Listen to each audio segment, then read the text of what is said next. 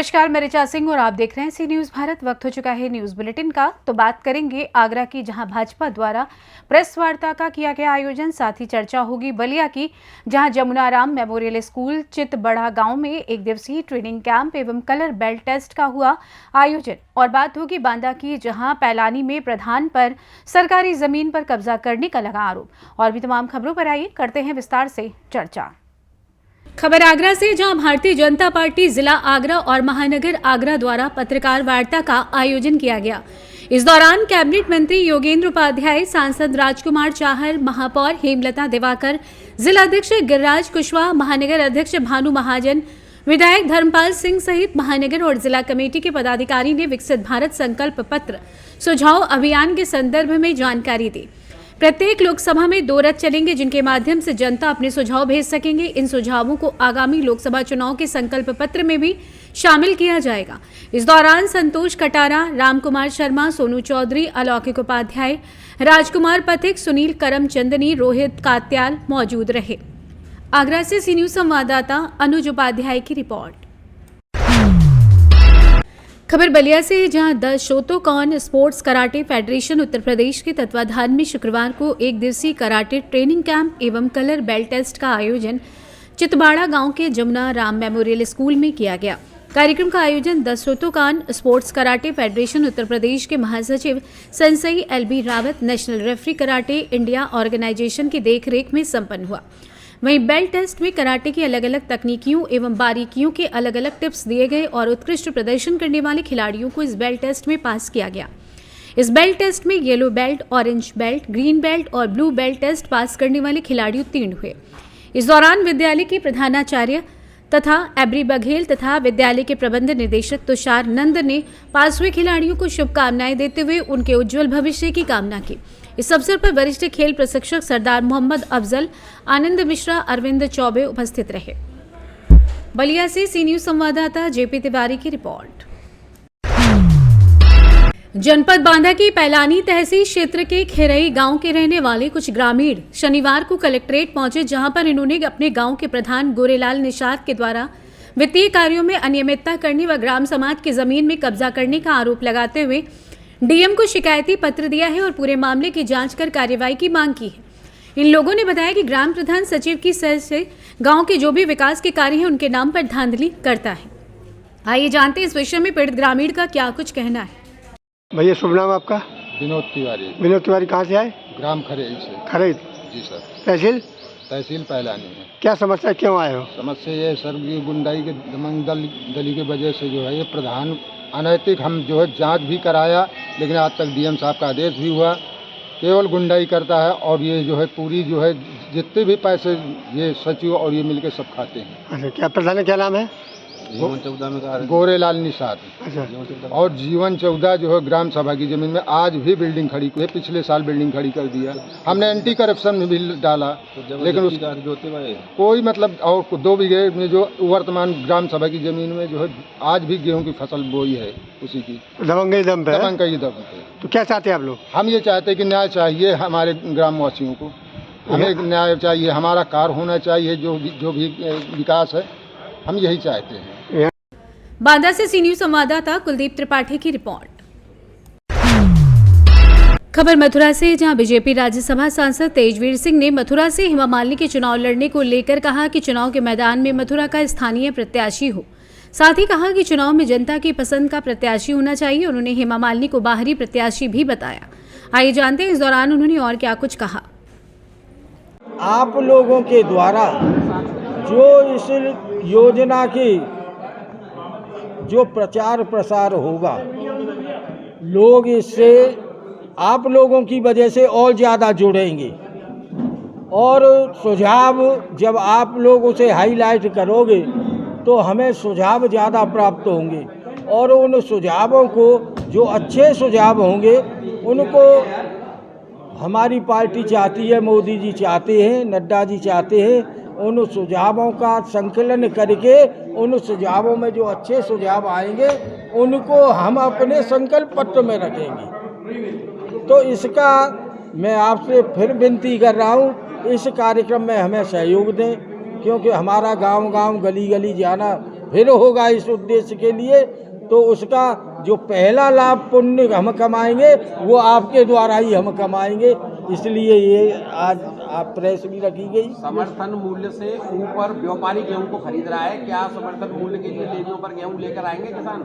देखिए, समर्थन मूल्य का ये होता है, एमएसपी जो है इस पे भी सरकार, अब किसान आंदोलन हुआ फिर दोबारा हो रहा है।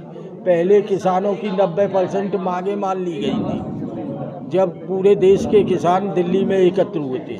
अब भी 2-3 दौर की वार्ता किसानों के साथ हो चुकी है।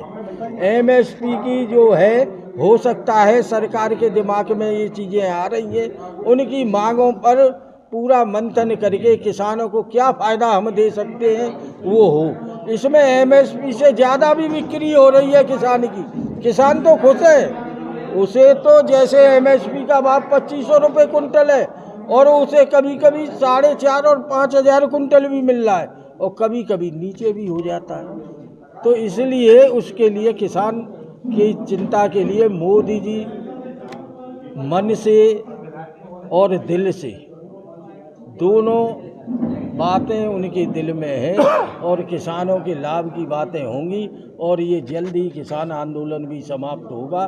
किसानों को संतुष्ट करने की सरकार की तैयारी चल रही है। भाजपा एक तरफ सरकार कहती है हम दो हमारे दो, लेकिन आयुष्मान योजना जो बनाई जा रही है उसमें 6 यूनिट होना कंपलसरी हो गया है, जबकि 4 यूनिट के लिए हम दो हमारे दो का नियम लागू होता है। नहीं, देखिए बात ये है, हिंदुस्तान की जनसंख्या आज चाइना से भी ऊपर है। जिस चाइना की आबादी और जनसंख्या इतनी है, क्षेत्रफल भी इतना अधिक है और वो नीति भी उसकी गलत है जिससे अपना क्षेत्र बढ़ाया है उन्होंने, तो उसमें इसका लाभ निश्चित रूप से जब जनसंख्या कम होगी।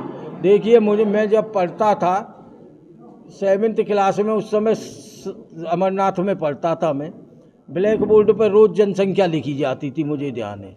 उस समय भारत की जनसंख्या केवल 59 करोड़ थी। 59 का तो मुझे ध्यान है जब मैं 7th में था। आज हिंदुस्तान की।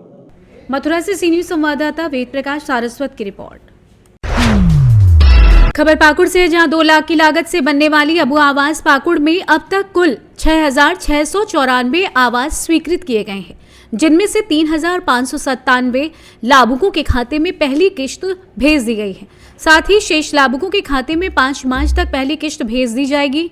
दरअसल अबू आवास चयन प्रक्रिया को लेकर डीसी के पास कई शिकायतें आईं। इसके बाद डीसी ने संज्ञान में लेकर जांच की। डीसी ने कहा कि राज्य सरकार द्वारा जारी किए गए गाइडलाइंस के अनुसार ही अबू आवास के लाभुकों का चयन और स्वीकृति दी गई है। उन्होंने कहा कि अगर किसी प्रकार की चयन प्रक्रिया में गड़बड़ी है तो हेल्पलाइन नंबर 977-151-4005 पर शिकायत करें। उन्होंने कहा कि चयन प्रक्रिया में किसी प्रकार की गड़बड़ी पाए जाने पर चयन संबंधित लोगों पर कार्रवाई की जाएगी। उन्होंने कहा कि 50% SC, ST, 35% OBC, 5% general, 10% minority के लोगों को आवास स्वीकृत किए गए हैं।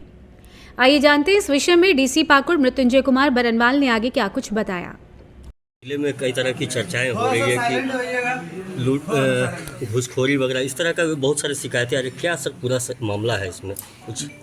देखिए, सबसे पहले अबू आवास के बारे में बोलना चाहूँगा कि सरकार की गाइडलाइन बहुत ही क्लियर है कि अबू आवास में 8 अंकों के आधार पर परमानेंट वेटिंग लिस्ट तैयार किया गया है और उसमें कोई भी हेरफेर नहीं है और वो गाइडलाइन बिल्कुल क्लियर है। और जो 8 अंक जो पॉइंट से जो लोगों को मिलते हैं वो बिल्कुल आसानी से चेक किया जा सकता है और उसके आधार पर जो परमानेंट वेटिंग लिस्ट है उसको सभी पंचायत के भवनों में बाकायदा पेश किया गया और उसको बाकायदा प्रिंट किया जा रहा है। समझिए कि कोई भी देख सकता है कि वो परमानेंट वेटिंग लिस्ट क्या है। उसके बाद डिफरेंट कैटेगरी के जो टारगेट्स आए हैं, तो जो परमानेंट वेटिंग लिस्ट है उसमें जो सीरियल नंबर 1 के जो योग्य लाभुक होंगे पहले उसी आवास मिलेगा, फिर सीरियल नंबर 2 को मिलेगा, बाकायदा ऑर्डर में ही मिलेगा। इसमें भी कोई चेंज नहीं होगा, कोई डिस्क्रिप्शन नहीं। तो इसमें मैं ये कहना चाहूँगा कि ये लोगों को थोड़ा अवेयर करने की ज़रूरत है और जिला स्तर से इसमें बाकायदा है सो मोबाइल नंबर भी जारी किया गया है कि जहाँ पर लोग अपना कंप्लेन क्या बोलते हैं कि बता सकते हैं, है ना, और उसकी जिस पर जाँच किया जाएगा, चेक किया जाएगा। तो इसमें शिकायतें इस तरह नहीं हो सकती है, लोगों को जानकारी के अभाव मेरे द्वारा जो। पाकुड़ से सी न्यूज संवाददाता अभिषेक तिवारी की रिपोर्ट। वडोदरा शहर के सयासीगंज डेयरी डेन सर्किल पर शहर भाजपा और भाजपा महिला मोर्चा द्वारा तृणमूल कांग्रेस नेता शाहजहां शेख के खिलाफ विरोध प्रदर्शन। शाहजहां शेख तृणमूल कांग्रेस के नेता हैं। शाहजहां शेख ने पश्चिम बंगाल के संदेश खली में महिलाओं के खिलाफ अनकही अपराध और अत्याचार किए हैं। वडोदरा शहर में महिला मोर्चा ने तृणमूल कांग्रेस और ममता बनर्जी के खिलाफ विरोध प्रदर्शन किया। वहीं भाजपा महिला मोर्चा ने पश्चिम बंगाल सरकार को बर्खास्त करने और ममता बनर्जी के इस्तीफे की मांग की। सयाजीगंज पुलिस ने मुख्यमंत्री ममता बनर्जी का एक और पुतला जलाकर विरोध प्रदर्शन करते हुए पुतला जब्त किया। यशस्वी अध्यक्ष पाटील साहेबના માર્ગદર્શન પ્રમાણે સમગ્ર ગુજરાતમાં આ રીતે વિરોધ પ્રદર્શનના કાર્યક્રમનું આયોજન કરવામાં આવ્યું છે। વડોદરામાં પણ મહિલા મોરચાના પ્રમુખ શ્રીમતી કલ્પનાબેન અને એમની સમગ્ર ટીમના માધ્યમથી આ વિરોધ પ્રદર્શન પુતળા દહનના કાર્યક્રમનું આયોજન કરવામાં આવ્યું છે। મોટી સંખ્યામાં મહિલા કાર્યકર્તાઓ આપ જોઈ શકો છો કે તેમના મનમાં એક પ્રકારની ધૃણા પણ છે અને તેમના મનમાં આક્રોશ પણ છે કે જે સરકાર નારીઓને સન્માન નથી આપી શકતી, જે સરકાર નારીઓને સાચવી નથી શકતી અથવા તો એમની જે પ્રકારની જરૂર હોય તે પ્રકારની સિક્યોરિટી નથી આપી શકતી, એ સરકારને સત્તા પર રહેવાનો કોઈ અધિકાર નથી। મુખ્યમંત્રીશ્રી જે રીતે સત્તા ઉપર બેઠા છે તે વખતે પણ એમણે રાજકીય પક્ષના કાર્યકર્તાઓની સાથે દુર્વ્યવહાર કરેલા છે। તે વખતે એમણે ભયનું વાતાવરણ પેદા કરી અને એમણે સત્તા પર બેઠા છે ત્યારે એમને સત્તા પર રહેવાનો અને જ્યારે આ પ્રકારની ઘટના બનતી હોય ત્યારે સત્તા પર ટકી રહેવાનો એમનો કોઈ અધિકાર નથી। એક મહિલા મુખ્યમંત્રી અને તેઓના રાજ્યમાં આ પ્રકારની વ્યવસ્થા શું કહેશો? ભારત એ હંમેશા નારી સન્માનનું એક પ્રતીક રહ્યું છે। ભારતમાં નારીઓનું અપમાન એ કોઈપણ સંજોગોમાં ભારતીય જનતા પાર્ટી સહન ન કરે અને માટે જ પશ્ચિમ બંગાળમાં જે બહેનો ઉપર અત્યાચાર થયું અને માનનીય વડાપ્રધાન નરેન્દ્રભાઈ મોદીજી પણ પશ્ચિમ બંગાળમાં રેલી એડ્રેસ કરવા જઈ રહ્યા છે। બહેનોનો પણ એમના માટે માનનીય વડાપ્રધાન જ્યારે શક્તિવંદનના કાર્યક્રમ લઈને બહેનોનો સત્કાર માન સન્માન આપવું જોઈએ, જ્યારે એવી વાત કરતા હોય તો પશ્ચિમ બંગાળના મુખ્યમંત્રી મહિલા હોવા થી પણ મમતા બેનર્જી એ બહેનો ઉપર જ્યારે અત્યાચાર થતો હોય તો એના ઉપર કંઈ અવાજ ઉપાડતા નથી અને એમના નીચે જે ટીએમસીના જેટલા પણ નેતાઓ છે એ બહેનો ઉપર અત્યાચાર કરતા હોય એને એમ જરા પણ અવાજ કર્યા વગર એમની સાઈડ લેતા નથી। એ મોટી ખરાબીની વાત છે અને ખાસ કરીને જે મહિલાઓની પીડા સમજ ન પાતી હોય આવી મુખ્યમંત્રી જો પશ્ચિમ બંગાળની હોય તો આપણે સેવાય નહીં। એટલે ઓલ ઓવર ઇન્ડિયામાં એનો વિરોધ કરવામાં આવ્યો છે, પણ 55 દિવસ પછી જ્યારે શાહબાજ ખાન એરેસ્ટ થતું હોય તો એનો અર્થ એ જ છે કે આટલા દિવસ સુધી તેને ટીએમસી સરકારના મુખ્યમંત્રી મમતા બેનર્જી અને તઈની પોલીસે એમને સાથ સહકાર આપ્યો, એના પછી હમણાં પકડાય છે। આંદોલનાત્મક વિષય લેવામાં આવ્યો।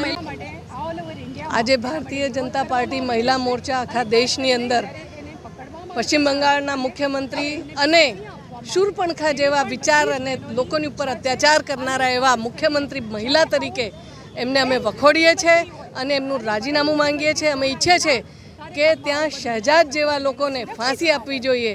એ પોતે શહેજાદ જ્યારે મહિલાઓને દુરાચાર કરે, અત્યાચાર કરે, મહિલાઓને રાત પડે પોતાના ઘરોમાંથી આઈડેન્ટિફાઈ કરીને લઈ જાય અને તે મમતા બેનર્જી જોઈ રહ્યા છે આજે અને જોઈએ તો જોઈએ પણ એને પોતાના પાર્ટીના હોદ્દેદાર તરીકે એમણે પ્રોટેક્ટ કર્યો।